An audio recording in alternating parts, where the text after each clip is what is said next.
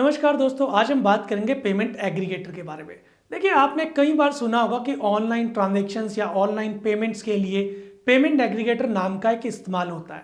अब ये payment aggregator होता क्या है और ये कैसे काम करते हैं, साथ ही पेमेंट एग्रीगेटर और पेमेंट गेटवे में क्या अंतर होता है, और इसके साथ साथ इंडिया में कौन कौन से पेमेंट एग्रीगेटर हैं जो काम कर रहे हैं। तो चलिए इसको आगे वीडियो में समझते हैं। अब सबसे पहले समझते हैं पेमेंट एग्रीगेटर होता क्या है। देखिए, पेमेंट एग्रीगेटर एक सर्विस प्रोवाइडर होता है जो मिडलमैन के रूप में काम करता है। इसका मतलब ये है कि ये जो व्यक्ति यानी कोई इंडिविजुअल, बिजनेसेस या जो फाइनेंशियल इंस्टीट्यूशंस हैं, उनके बीच में एक माध्यम के रूप में काम करता है और ये सुनिश्चित करता है कि जो पेमेंट है वो एक प्लेटफॉर्म से दूसरे प्लेटफॉर्म तक सफलतापूर्वक पहुंच जाए। जब आप किसी भी मर्चेंट से कोई प्रोडक्ट खरीदते हैं और उसकी ऑनलाइन पेमेंट करते हैं, तो जो पेमेंट एग्रीगेटर होता है वो पेमेंट को प्रोसेस करता है, उसको वेरीफाई करता है और ये सुनिश्चित करता है जो पेमेंट है वो मर्चेंट के जो बैंक अकाउंट है वहां पे सुरक्षित पहुंच जाए। अब इसको एक एग्जांपल से समझते हैं कि मान लीजिए आपको अपने बच्चे की जो फीस है यानी जो स्कूल फीस है वो आपने डिपॉजिट करनी है। अब पहले क्या होता था कि आप स्कूल में जाके जो आपके बच्चे की फीस है वो कैश डिपॉजिट के माध्यम से जमा करते थे। अब दूसरा ऑप्शन आपके पास ये था कि जिस बैंक में उस स्कूल का अकाउंट है उस बैंक में आप जो कैश है वो जमा करते थे और वो बैंक स्कूल को ये इंफॉर्मेशन प्रोवाइड करता था। लेकिन आजकल जो बच्चों की स्कूल फीस है वो आप ऑनलाइन प्रोसेस करते हैं।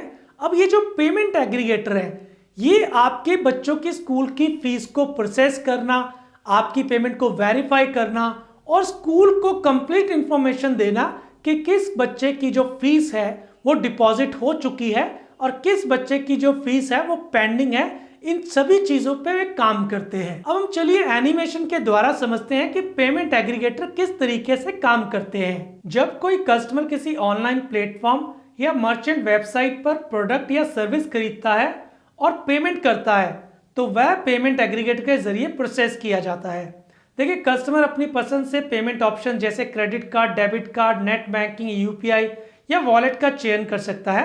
अब पेमेंट एग्रीगेटर यह सुनिश्चित करता है कि जो पेमेंट ऑप्शन कस्टमर ने चुने हुए हैं वो सुरक्षित हो और बाकी जितने भी वो ऑप्शन चूज कर रहे हैं, यानी आप क्रेडिट कार्ड या डेबिट कार्ड चूज कर रहे हैं, तो वो फाइनेंशियल सिस्टम से कनेक्ट हो। अब कस्टमर द्वारा पेमेंट इनिशिएट करने पर पेमेंट एग्रीगेटर उस पेमेंट की सभी आवश्यक जानकारी इकट्ठा करता है, जैसे आपके कार्ड की डिटेल होगी, आपकी बैंक अकाउंट की जानकारी होगी, यूपीआई आईडी होगी या वॉलेट बैलेंस जैसी चीजें। हालांकि पेमेंट एग्रीगेटर ये डाटा खुद नहीं रखता बल्कि इसे इंक्रिप्टेड फॉर्मेट में ट्रांसफर करता है ताकि कस्टमर की सभी जानकारी जो है सुरक्षित रहे। इसके बाद पेमेंट एग्रीगेटर इस पेमेंट रिक्वेस्ट को संबंधित बैंक या वित्तीय संस्थान तक पहुंचाता है।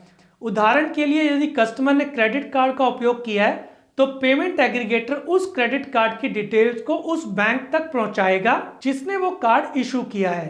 वहां बैंक ये चेक करता है कि कस्टमर के अकाउंट में पर्याप्त फंड है या नहीं, इसके साथ साथ वो कार्ड वैलिड है या नहीं। यहाँ पेमेंट एग्रीगेटर यह सुनिश्चित करता है कि जो पेमेंट ट्रांजैक्शंस है वो सही यूजर द्वारा किया जा रहा है और कोई भी इनवैलिड एक्सेस इसमें उसको ना मिले। आमतौर पर पेमेंट एग्रीगेटर 3D सिक्योर या OTP जैसे 2 फैक्टर ऑथेंटिकेशन का इस्तेमाल करते हैं ताकि आपकी पेमेंट जो है सुनिश्चित हो सके। जब बैंक या फाइनेंशियल इंस्टीट्यूशन कस्टमर की पेमेंट डिटेल को वेरीफाई कर देता है और यह सुनिश्चित कर लेता है कि ट्रांजैक्शंस वैलिड है तो फंड्स मर्चेंट के बैंक अकाउंट में ट्रांसफर किए जाते हैं। इस पूरी प्रक्रिया में पेमेंट एग्रीगेटर बैंक से जुड़े नेटवर्क और सिस्टम का इस्तेमाल करके पैसा भेजता है।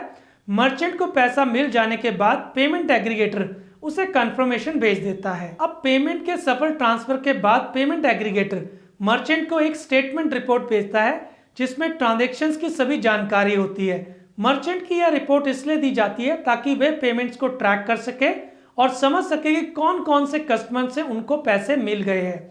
साथ ही यह रिपोर्ट मर्चेंट के अकाउंटिंग और रिकॉर्ड कीपिंग में भी मदद करती है। अब पेमेंट एग्रीगेटर इस पूरी प्रोसेस के बदले मर्चेंट से कुछ फीस चार्ज करता है। यह फीस आमतौर पर प्रति ट्रांजैक्शन तय होती है।